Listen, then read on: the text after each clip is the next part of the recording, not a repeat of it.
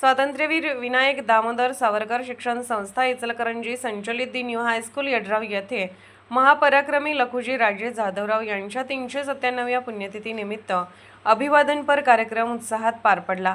विद्यार्थ्यांमध्ये इतिहासाबद्दल अभिमान, राष्ट्रप्रेम आणि शौर्याची प्रेरणा जागवण्याच्या उद्देशाने आयोजित करण्यात आलेल्या या कार्यक्रमात मान्यवरांनी लखुजी राजे यांच्या पराक्रमाचा गौरव करत त्यांच्या कार्याची माहिती विद्यार्थ्यांना दिली।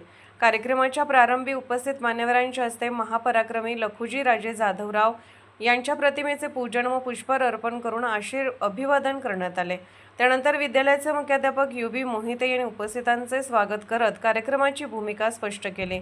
त्यांनी विद्यार्थ्यांनी इतिहासातील थोर व्यक्तिमत्वाचा आदर्श घेऊन राष्ट्रहिताची भावना जोपासावी असे आवाहन केले।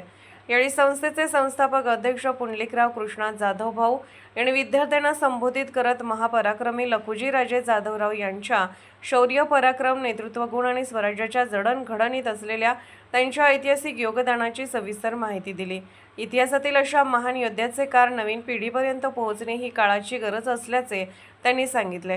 यानंतर संस्थेचे संचालक मनोहर पवार, संस्थेचे मार्गदर्शक बापगोंड पाटील, सल्लागार समिती सदस्य औरंग शेख तसेच मराठा क्रांती मोर्चाचे अध्यक्ष केशव धुमाळे यांनी आपल्या मनोगतातून विद्यार्थ्यांना इतिहासाचा अभ्यास करण्याचे, समाजासाठी कार्य करण्याचे आणि राष्ट्रीय मूल्ये जपण्याचे आवाहन केले।